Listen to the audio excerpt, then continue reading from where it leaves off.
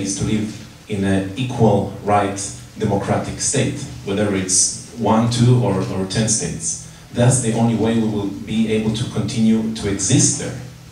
Because if we all the time just fight and kill people around us, we will not be able to live, and Israel will just vanish from the world. Everyone will leave. Just a few crazy people will stay there to get, to use all the nuclear weapon that we got.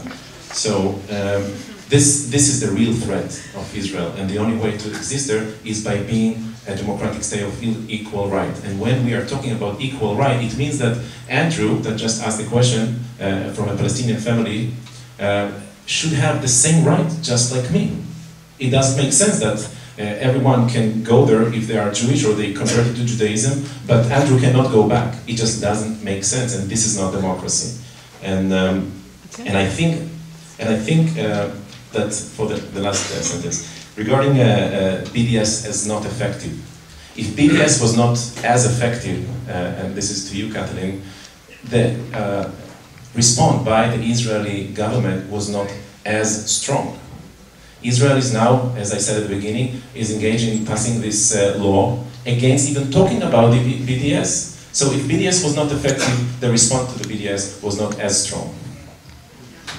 Okay, thanks. So if people stick quite religiously to our 1 minute limit, then I believe we can get in more voices. So here in the front. There's been a lot of discussion. Can you stand? Oh, here. Do you want to use this? Get the mic. Yeah. There's been a lot of discussion about this question of whether or not Israel can be both Jewish and democratic, but we haven't heard very concretely about the ways in which it's not democratic, other than the mention of the lack of right of return. Oh, let me count the ways. So I was hoping that maybe some of the panelists could address concretely what it is that makes Israel a non-democratic state, and why you think, Jonathan, you mentioned the word apartheid, why you think the word apartheid is relevant inside the Grey Line. And also, a question to the organizers. It's fascinating to me that this discussion of Jewish voices on BDS is being held in a church. Is there a reason for that, or? I'll defer to one of the organizers there who's at the mic. I'll answer that. A number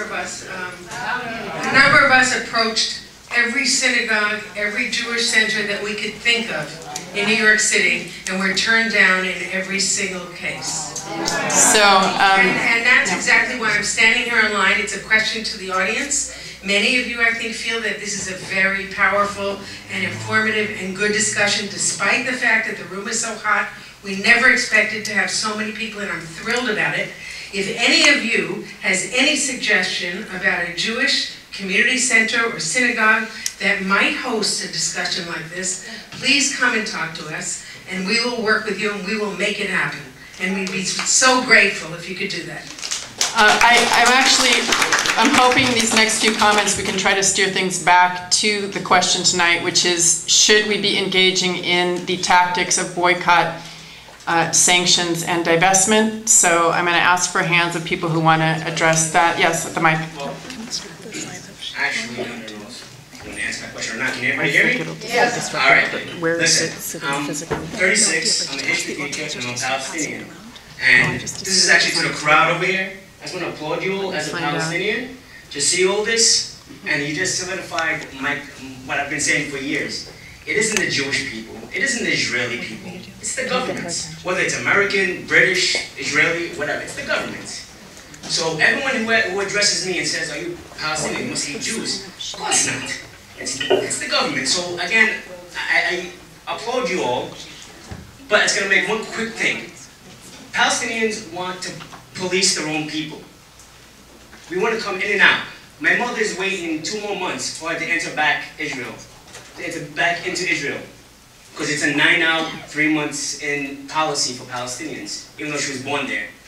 So, as this gentleman here was saying, is we want to be free to go in and out of the country as we please. Have the, what do you, I don't know what Jewish people say, but birthright? Birthright, Palestine. Okay, let's just go to the next woman in the line there. Talking talking about the fairness of it, just briefly. A friend of mine who's Palestinian and whose family has always lived in 48. In other words, the area that was occupied in 1948, not 1967. His has a family land there. His house is under standing demolition orders because one of the settlements, yes, a settlement, even though it's in 48, decided to make the land where his house is into an environmental zone. They didn't make any of the land where the settlement is environmental, but they took over the land. Anyway, that's just an aside. The BDS campaign people are working very hard and are very dedicated in fighting for what is right for the people of Palestine, Jewish, Palestinian, and I applaud that. Okay, you need to wrap up. But the problem is that it is the government that's doing this. The government is not going to back down just on these kind of things. I mean, okay, thanks. The Nazis did not give up until working class Palestinians and Israelis come together and get rid of the whole system. It's not going to change. Thanks. We've done pretty good tonight so far, keeping things civil. So let's try to stick with that. Gentleman here in the. Sure. I'm an American and I speak as an American, and I'm not particularly proud to be an American, and I see the problems associated with Israel as really one of the main hotspots of United States imperialism. And I think that's the best way to approach it, especially for me. I mean, if you want to gorge. But I want very much to have Shlomo Sand come here. I was very pleased to hear Shlomo Sand, and I've been very pleased to read his book. And the invention of the Jewish people, he insists that it's a religion. And I think that's very important. And just before he came here and I heard him at NYU, I heard Netanyahu on Charlie Rose. You know Charlie Rose. Netanyahu is the kind of guy he just hugs. So I said to Shlomo Sand, you know, when are you going to get on the Charlie Rose program? Okay, you need to wrap up. You need to wrap up. Yeah, okay. So, at any rate, that's the gist of it. I think... Okay, if that's the gist of it, I'm going to ask you to wrap up. Yeah. Okay. We said we were going to stop at 9:35, and I recognize there's at least a dozen more people who want to say something, and I really am actually thrilled by that, even if it's like deeply frustrating for the people in the room. We'll maybe take one more over here, and then I'm going to ask the panelists to make some final statements. And I think the three of them actually can stick around for informal conversations. There's about a drop and a half of drink and a couple crumbs of cookies in the back to share. Go ahead. Yes. Wait, Donna quickly. First was going to say something. Oh, sign up. One thing also, there is information from the groups on their positions in the back, as well as mailing lists, if you'd like to be on the mailing lists of the organizations who've been here tonight. Right, so there's separate mailing lists, I believe, for J Street and for the Shalom Center. Jews Say No, a number of organizations. So you don't have to make emails from the groups you don't support, only from the ones you do. All right, so very, very quickly, and then I'm going to, with enormous apologies to everyone here, ask the panel to make some final responses. It's a very, very specific question about something that somebody said. Somebody said something about a Palestinian who goes to Tel Aviv University, and how is that a part of Boycott? Here, Rivka.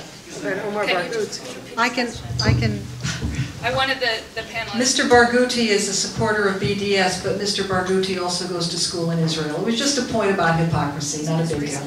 But to me, it's about how BDS works. So. Use the mic, please. Oh, it's a question for us too. Okay. All right. Okay. So again, thank you, everyone. I'm heartbroken that not everyone is going to have a chance to speak. We're going to have each of the panelists take just 1 minute each for some final thoughts, and then we'll adjourn for informal conversation.